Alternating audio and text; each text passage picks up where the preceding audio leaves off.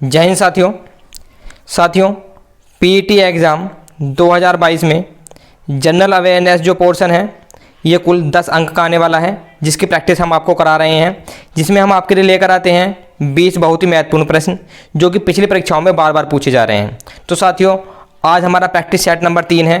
जिन साथियों ने पिछले पार्ट्स नहीं देखे हैं वो जाकर देख सकते हैं, लिंक नीचे डिस्क्रिप्शन में दिए हुए हैं। और साथियों मैं आपको इसकी PDF भी दे दूंगा। PDF के लिए साथियों आपको टेलीग्राम लिंक हमारा ज्वाइन करना पड़ेगा, जिसका लिंक नीचे डिस्क्रिप्शन में दिया हुआ है। तो साथियों देखते हैं अपना आज का प्रैक्टिस सेट और देखते हैं पहला क्वेश्चन क्या है। सामुदायिक विकास कार्यक्रम किस वर्ष शुरू किया गया था? सामुदायिक विकास कार्यक्रम किस वर्ष शुरू किया गया था? ये शुरू किया गया था साथियों 1952 में। ऑप्शन नंबर 3 हमारा सही हो जाएगा। साथियों स्वतंत्र भारत के बाद पहला विकास कार्यक्रम सामुदायिक विकास कार्यक्रम शुरू किया गया था, जिसका मुख्य उद्देश्य ग्रामीण क्षेत्रों का विकास करना था। अगला प्रश्न देखते हैं, प्रश्न नंबर 2। मलेशिया के भूमध्य रेखीय क्षेत्र में जनजाति को क्या कहा जाता है? मलेशिया के भूमध्य रेखीय क्षेत्र में जनजाति को किस नाम से पुकारा जाता है? सेमांग। ऑप्शन नंबर 4 हमारा सही हो जाएगा। अगला प्रश्न देखते हैं, ओरिजिन ऑफ स्पीसीज पुस्तक किसके द्वारा लिखी गई है? वेरी इंपॉर्टेंट क्वेश्चन हो जाएगा। ओरिजिन ऑफ स्पीसीज पुस्तक किसके द्वारा लिखी गई है? तो ये लिखी गई है चार्ल्स डार्विन के द्वारा। ऑप्शन नंबर 3 हमारा सही हो जाएगा। अगला प्रश्न देखते हैं, राष्ट्रीय सफाई कर्मचारी आयोग की स्थापना कब की गई थी? राष्ट्रीय कर्मचारी आयोग की स्थापना कब की गई थी? तो इसकी स्थापना की गई थी 1994 में। ऑप्शन नंबर 2 हमारा सही हो जाएगा। 12 अगस्त 1994 को राष्ट्रीय सफाई कर्मचारी आयोग का गठन किया गया था। अगला प्रश्न देखते हैं, प्रश्न नंबर 5। औपनिवेशिक भारत में कलकत्ता में एशियाटिक सोसाइटी की स्थापना किसने की थी? एशियाटिक सोसाइटी की स्थापना किसने की थी? तो इसकी स्थापना की थी विलियम जोन्स ने। ऑप्शन नंबर 1 हमारा सही हो जाएगा। अगला प्रश्न देखते हैं, एक सामान्य वयस्क मनुष्य के हृदय का भार कितना होता है? वेरी इंपॉर्टेंट क्वेश्चन है ये भी। एक सामान्य वयस्क मनुष्य के हृदय का भार कितना होता है? तो इसका आंसर हो जाएगा 300 ग्राम। ऑप्शन नंबर 2 हमारा सही हो जाएगा। अगला प्रश्न देखते हैं, राज्य के मार्क्सवादी दृष्टिकोण के बारे में निम्नलिखित में से कौन सा कथन सत्य है? इसका आंसर हो जाएगा राज्य एक जीव है। ऑप्शन नंबर 1 हमारा सही हो जाएगा। मार्क्सवादी दृष्टिकोण के बारे में राज्य एक जीव है, यह उनका मानना था। अगला प्रश्न देखते हैं, गुटनिरपेक्ष राष्ट्र की पहली बैठक कहाँ आयोजित की गई थी? गुटनिरपेक्ष राष्ट्र की पहली बैठक कहाँ आयोजित की गई थी? तो ये बैठक आयोजित की गई थी बेलग्रेड में। ऑप्शन नंबर 1 हमारा सही हो जाएगा। अगला प्रश्न देखते हैं, निम्नलिखित में से कौन कल्याणकारी राज्य का प्रतिपादक है? निम्नलिखित में से कौन कल्याणकारी राज्य का प्रतिपादक है?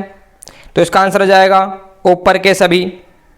Herald Laski, John Keynes, John Rawls तीनों ही कल्याणकारी राज्य के प्रतिपादक हैं। तो ऑप्शन नंबर 4 हमारा सही हो जाएगा। अगला प्रश्न देखते हैं, महात्मा गांधी ने किस आंदोलन का समर्थन किया था? महात्मा गांधी ने किस आंदोलन का समर्थन किया था? तो इसका आंसर हो जाएगा अस्पृश्यता, अनटचेबिलिटी। ऑप्शन नंबर 1 हमारा सही हो जाएगा। अगला प्रश्न देखते हैं,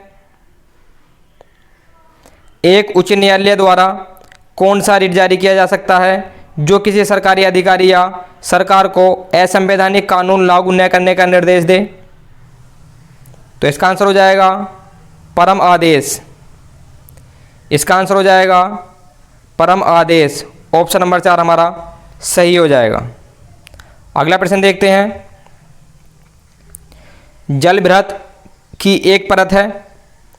जलभृत किसकी एक परत है? तो इसका आंसर हो जाएगा झरझरा भूमि। ऑप्शन नंबर 4 हमारा सही हो जाएगा। अगला प्रश्न देखते हैं, हम सभी आकाश की ओर देख सकते हैं और उसके सुंदर नीले रंग को देख सकते हैं। यह घटना किसके कारण होती है? आकाश का नीला रंग किस कारण की वजह से होता है? तो ये होता है प्रकाश के प्रकीर्णन की वजह से। साथियों, इसका ऑप्शन नंबर 3 हमारा सही हो जाएगा। जब सूर्य से प्रकाश आता है, जब ये पृथ्वी के वायुमंडल में प्रवेश करता है, तो पृथ्वी के वायुमंडल में जो गैसें होती हैं, उनके जो गैस के कण होते हैं, उसके द्वारा प्रकाश के किरण के रंगों का प्रकीर्णन हो जाता है, बिखर जाते हैं वो। इसमें नीले रंग की तरंग दैर्ध्य सबसे कम होती है, तो इसका प्रकीर्णन सबसे ज़्यादा होता है, इसलिए हमें आकाश नीले रंग का दिखाई देता है। अगला प्रश्न देखते हैं, प्रश्न नंबर 14। वे सूक्ष्म जीवों द्वारा निर्मित होते हैं जो अन्य सूक्ष्म जीवों के लिए जहरीले होते हैं, उन्हें क्या कहा जाता है? तो उन सूक्ष्म जीवों को कहा जाता है एंटीबायोटिक। ऑप्शन नंबर 3 हमारा सही हो जाएगा। अगला प्रश्न देखते हैं, सबसे लंबा उपन्यास द ल्यूमिनरीज किसके द्वारा लिखा गया था? वेरी वेरी इंपॉर्टेंट क्वेश्चन है। सबसे लंबा उपन्यास द ल्यूमिनरीज किसके द्वारा लिखा गया है?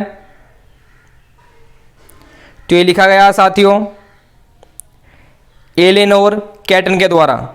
एलेनोर कैटन के द्वारा लिखा गया। ऑप्शन नंबर 2 हमारा सही हो जाएगा। यह उपन्यास 823 पेजों का है। 823 पेजों का लगभग ये उपन्यास है। इस उपन्यास को लिखने वाली है सबसे कम उम्र 28 वर्ष, सबसे कम उम्र की लेखिका थी जिनको मैन बुकर पुरस्कार मिला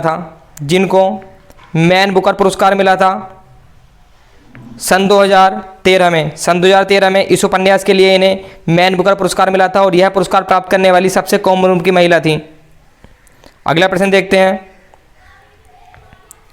कई सब्जियां और फल जोरदार रंग के होते हैं क्योंकि उनमें एक विशेष प्रकार का रासायनिक यौगिक होता है, जिसका क्या नाम है? तो उस यौगिक का नाम है कैरोटेनॉइड। ऑप्शन नंबर 1 हमारा सही हो जाएगा।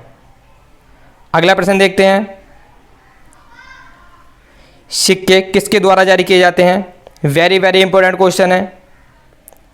साथियों, इस क्वेश्चन का आंसर देखने से पहले जो भी चैनल पर नए आए हैं, चैनल को साथियों सब्सक्राइब जरूर कर दें और हमारे साथ साथ अपनी प्रैक्टिस करते रहें और एंड में हमें बताएं कि आपके कितने क्वेश्चन सही हुए थे। ये कमेंट में टाइप कर दें कि आपके कितने क्वेश्चन सही हुए थे। तो इसका आंसर देखते हैं, सिक्के किसके द्वारा जारी किए जाते हैं? तो साथियों, सिक्के किए जाते हैं भारत सरकार के द्वारा। ऑप्शन नंबर 2 हमारा सही हो जाएगा। इसमें साथियों ध्यान देने वाली बात ये होगी, अगर एग्जाम में पूछा जाता है कि नोट किसके द्वारा छापे जाते हैं, किसके द्वारा बनाए जाते हैं, तो नोट बनाए जाते हैं भारतीय रिजर्व बैंक के द्वारा। Reserve bank of India note जारी करती है, जबकि कॉइन्स भारत सरकार के द्वारा जारी किए जाते हैं। अगला प्रश्न देखते हैं, कृषि के बाद कौन सा क्षेत्र रोजगार का दूसरा सबसे बड़ा स्रोत है? भारत के लिए कृषि के बाद कौन सा क्षेत्र रोजगार का दूसरा सबसे बड़ा स्रोत है? तो इसका आंसर हो जाएगा कपड़ा निर्माण। ऑप्शन नंबर 2 हमारा सही हो जाएगा। अगला प्रश्न देखते हैं,